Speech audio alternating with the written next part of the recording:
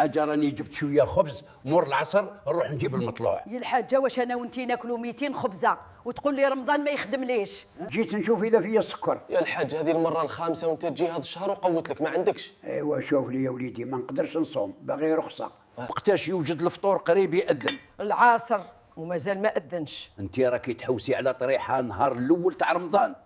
الحاجه طيبيه دوكا نفطر به المغرب. يا الحاج باقي ساعه للمغرب ما يوجدش. دبري راسك، انا نحبو طايب اليوم، انا غدوه ما نصومش. علاش ما نصومش؟ واش كاين؟ راني مسافر لوهران. علاش حنا وين نسكنوا في اليابان؟ ياك رانا في وهران. الحاجه هذا ما طيبتي، انا وحدي وما يكفينيش. هذا يكفي مدينه، انت يغلبك رمضان.